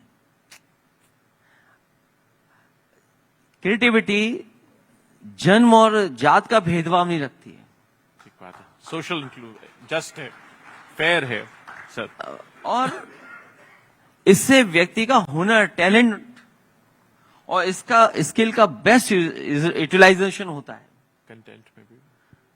और इससे क्रिएटिविटी से हर इंसान अपनी कैपेबिलिटी और कैपेसिटी, मतलब कितना कर सकता है, कितना बढ़ा सकता है, और वो इस हिसाब से मैं कहूं, अगर एक तरीके से मैं कहूं कि जब वो कंट्रीब्यूट करता है तो इकोनॉमी अपने आप बढ़ती है। क्रिएटिविटी से इकोनॉमी अपने आप बढ़ेगी। और बहुत सारे एग्जाम्पल हैं कि स्टैंड अप कमेटी कभी कभी हम लोग देखते हैं कितना बड़ा उदाहरण बना है, कितनी बड़ी इकोनॉमी को लाभ पहुंचा रहे हैं। यूट्यूबर्स हैं, कई समस्याओं का समाधान कर रहे हैं। इधर यूट्यूब पे बहुत सारी जानकारी हासिल हो रही है, तो कहीं ना कहीं बच्चियों को, महिलाओं को बड़े ऑप्शंस मिल रहे हैं यूट्यूब के माध्यम से, बहुत सारी जानकारी मिल रही, बहुत सारे एजुकेट हो रहे हैं। और मैं एक बात जरूर कहूंगा कि अगर कोई संदेश ही देना है मुझे जी, हाँ, एक तो लाइन मैं जो संदेश दे सकता हूं इस क्रिएटिविटी और इस आयोजन के माध्यम से, क्रिएटिव बनो, कंस्ट्रक्टिव बनो। क्या? ये शायद सबसे बड़ा नारा हो सकता है कि हम क्रिएटिव बने और कंस्ट्रक्टिव बने, डिस्ट्रक्टिव ना हो। और इसी यही विजन हमारे इंडिया का मकसद है और संदेश, और इसी से प्लान डेवलप ऐसे संभव है। मैं एक बार फिर आप सबका बहुत बहुत धन्यवाद देता हूं, बहुत बहुत आभार प्रकट करता हूं कि आपके बिना इतना बड़ा आयोजन संभव नहीं था। पिछले कई घंटों से आप लोगों ने हमारा सहयोग किया है, उसके लिए मैं हमेशा हमेशा आपका बहुत बहुत आभारी रहूं। मैं आपका बहुत धन्यवाद देता हूं सर, आपने बहुत कीमती वक्त दिया। हम बहुत शुक्रगुजार हैं आपके बातों के लिए, आपके एक्सपीरियंसेस के लिए। आई एम श्योर सबने बहुत सीखा है। मैं आपकी इजाजत से कुछ सवाल पूछना, जनता में जो भी सवाल हो, मैं चाहूंगा कि अपनी बात, कितने सवाल पूछ लें सर? अच्छा, कोई दो सवाल पूछ लें। हाजी साहब बताएं। हाँ बताएं। माइक दे दें प्लीज उनको, आप तक माइक पहुंचा दें।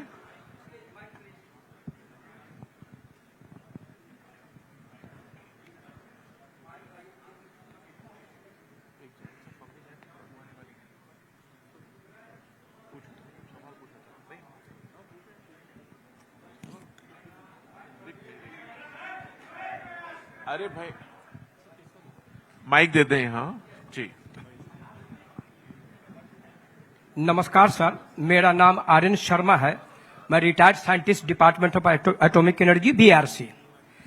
बिना एनर्जी पर इनोवेशन और क्रिएटिव थिंकिंग से शायद यह समिट कंप्लीट नहीं हो सकता। सर मेरा कंसर्न है, हमारा पूरे आप सवाल इधर 140 हाँ। करोड़ भारतवासियों का कंसर्न है। आप अपने इनोवेशन से, क्रिएटिव आइडिया से, जो एनर्जी की समस्या से हमारा देश जूझ रहा है, आने वाला समय में इसको कैसे कम किया जाए। सर आप ऑफ बीट थिंकिंग करते हैं, लीक से हटकर थिंकिंग करते हैं, कृपया बताएं ताकि हम लोग को कम से कम 140 करोड़ भारतवासियों को संतोष हो और भारत सरकार उस पर अमल करे। Thank you sir, thank you very much. मुझे क्रिएटिविटी का बड़ा एग्जाम्पल याद आ गया मुझे मैं धन्यवाद देना चाहता हूं कि बहुत अच्छा सवाल आपने इसलिए पूछा कि इधर एनर्जी क्राइसिस चल रहा है और पॉलिटिकल लोग हैं तो कई बार एलपीजी का जवाब भी हम लोग लापता गैस की तरह देते हैं। और मुझे याद है कि देश के राष्ट्रपति रहे कलाम साहब से मेरी मुलाकात हुई थी, तो उन्होंने कहा कि ये जो गांव के हमारी लोगों की बिजली की समस्या है, और समस्या केवल बिजली आने और जाने की नहीं, इसके साथ साथ उन्हें भुगतान की भी है कि ये कैसे भुगतान करेंगे।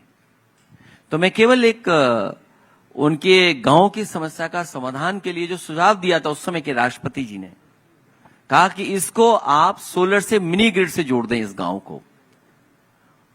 और मैंने उनसे समय मांगा और कहा कि हम 3 महीने के अंदर इस ग्राम सभा को सोलर से पूरा का पूरा बिजली दे देंगे, जिसमें उनका पंप चल जाएगा, गांव की चक्की चल जाएगी, हाउस होल्ड उनके लिए एलईडी बल्ब पहुंच जाएंगे, पंखा चल जाएगा, उनकी चार्जिंग हो जाएगी, टीवी चल जाएगा। और मुझे खुशी इस बात की कि उस समय सरकार में हम लोगों ने 3 महीने के अंदर उस गांव को पूरा का पूरा सोलर एनर्जी से कनेक्ट कर दिया और एक भी बिल गांव के लोगों को नहीं देना पड़ता था। ये तो एक रूरल इलेक्ट्रिफिकेशन की बात की है। हालांकि ये सवाल देश के लिए बड़ा सवाल है। इस सरकार को मौका मिला था विश्व गुरु बनने का, उन्होंने विश्व गुरु बनने का मौका खो दिया। अगर युद्ध ना हुआ होता तो ये शायद समस्या का समाधान हमें ढूंढना नहीं पड़ता। बिल्कुल ठीक बात। कोई और सवाल या आप बताएं? जी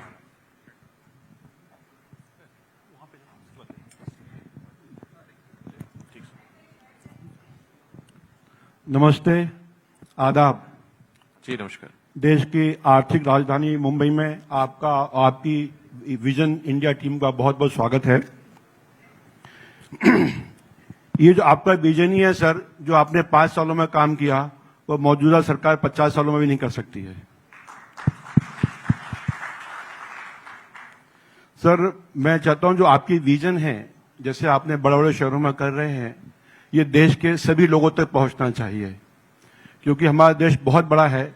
हर व्यक्ति मुंबई, हैदराबाद, दिल्ली शायद नहीं पहुंच सकता हो, न ही लोगों के पास ऐसे साधन होते हैं वो आपके विजनों को सुन सके, समझ सके।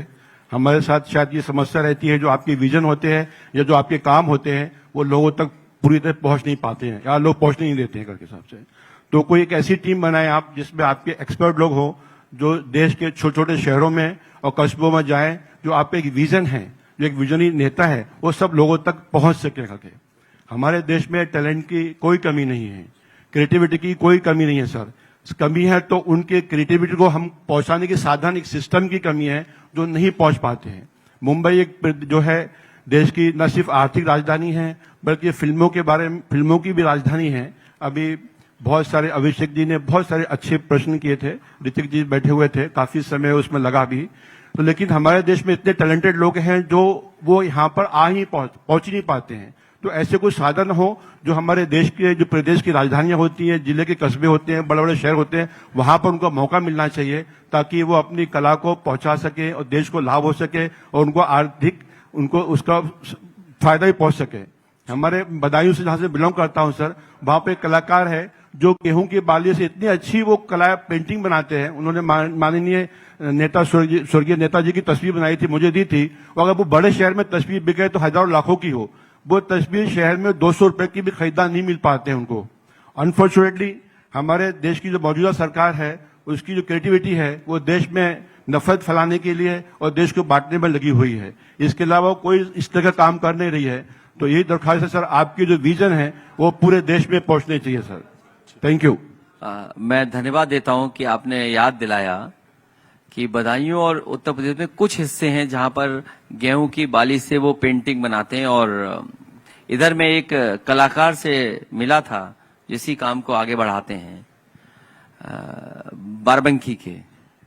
तो मैंने उनसे कहा कि आप जो जो बना सकते हैं वो बनाइए। इधर मैंने कोशिश की है कि जो हमसे गेस्ट मिलता है मैं उसको वही तस्वीर उसको सम्मान में और मिलने पर उसको भेंट करता हूं। ये तो एक मैं इंडिविजुअल कर पा रहा हूं।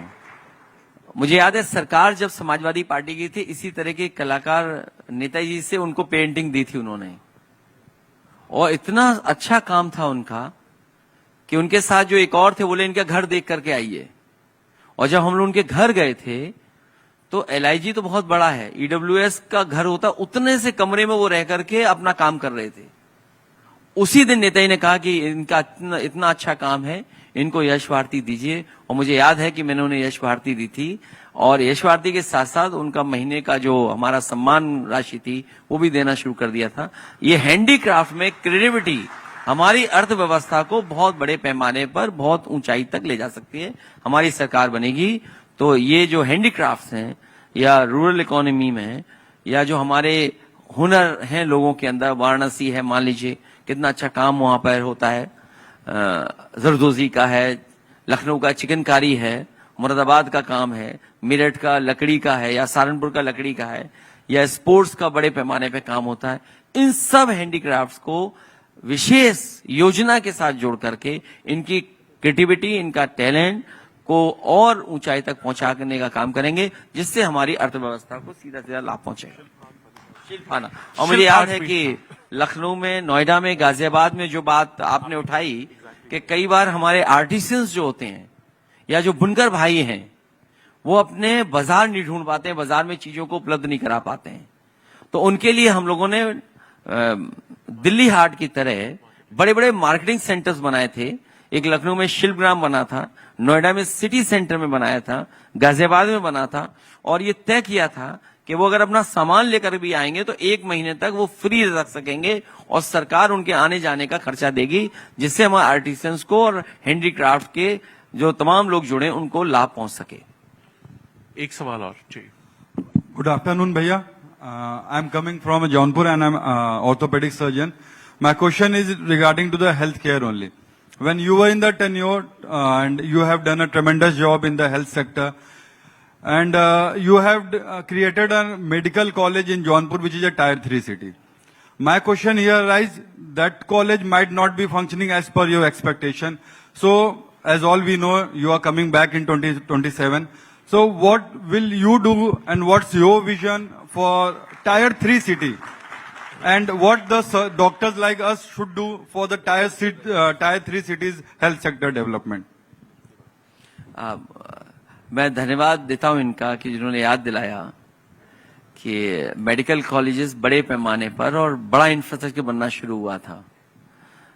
मैं भरोसा दिलाता हूं कि जिस मकसद से हम लोगों ने मेडिकल कॉलेज जौनपुर का बनाया था, मेडिकल कॉलेज और हॉस्पिटल ऐसा हो कि गरीब को वहीं पर इलाज मिल जाए, उसे कहीं और न जाना पड़े। सरकार बनने पर जो काम शुरू हुए थे, जहां फ्री इलाज और फ्री जांच और फ्री दवाई, उस दिशा में हम लोग ले जाने का काम करेंगे, जिससे कि गरीब को कहीं और न जाना पड़े, इलाज पूरा वहीं का वहीं मिल जाए उनको। Thank you, sir. Thank you.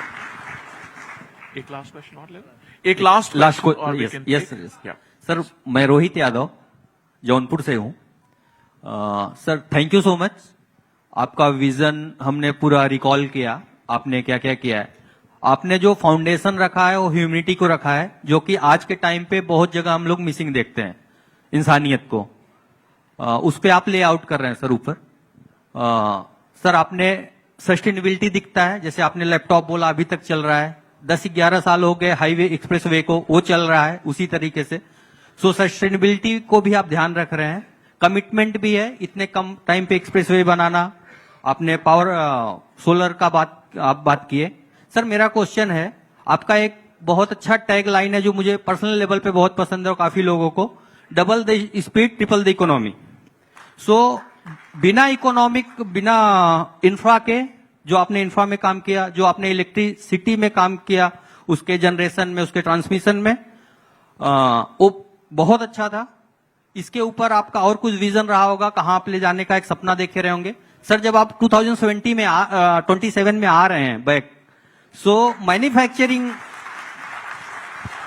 Sir मेरा क्वेश्चन अब यहां से है कि जब आप आ रहे हैं, काफी हद तक एक डेवलपमेंट हो चुका है, मैन्युफैक्चरिंग इंडस्ट्रीज अगर अपने यहां देखेंगे तो जनसंख्या बहुत ज्यादा है, जैसे अभिषेक सर ने बताया कि 4-5 टॉप कंट्री में आ जाएगा।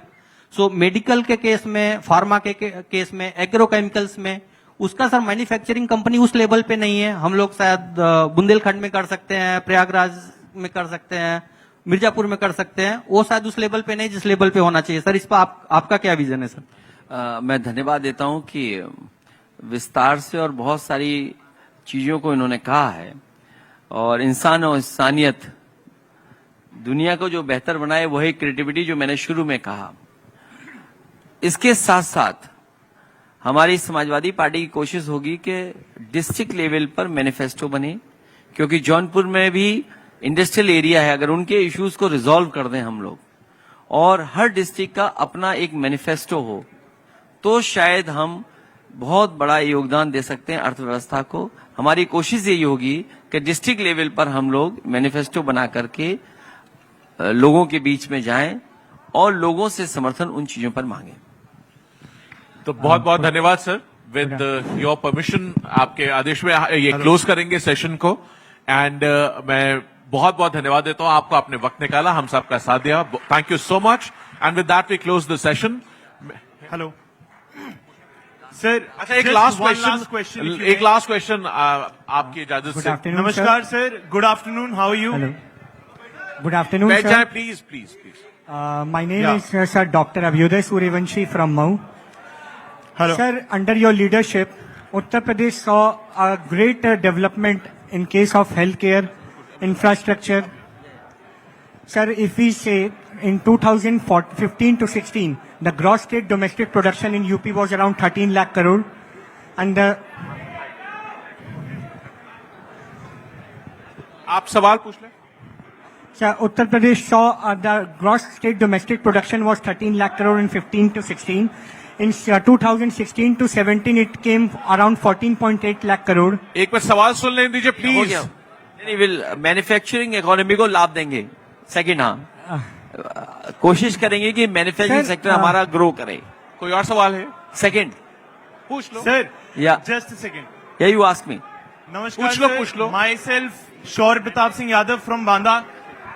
One question that I have for you is कि अभी I am a student at law from Lucknow, right? एक बात है, What I want to ask is, what advice or guidance would you have for the aspiring leaders, for the upcoming representatives of the people?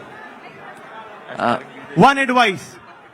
नहीं, अगर हमारे आप member of parliament देखोगे तो आपने देखा होगा कि बहुत यंग लोगों को हम लोगों ने मौका दिया, जो आज के इश्यूज को समझते हैं, टेक्नोलॉजी को समझते हैं, जो हमें सपोर्ट कर सकें। और हमारे साथ ये जो बैठे प्रोफेसर हैं,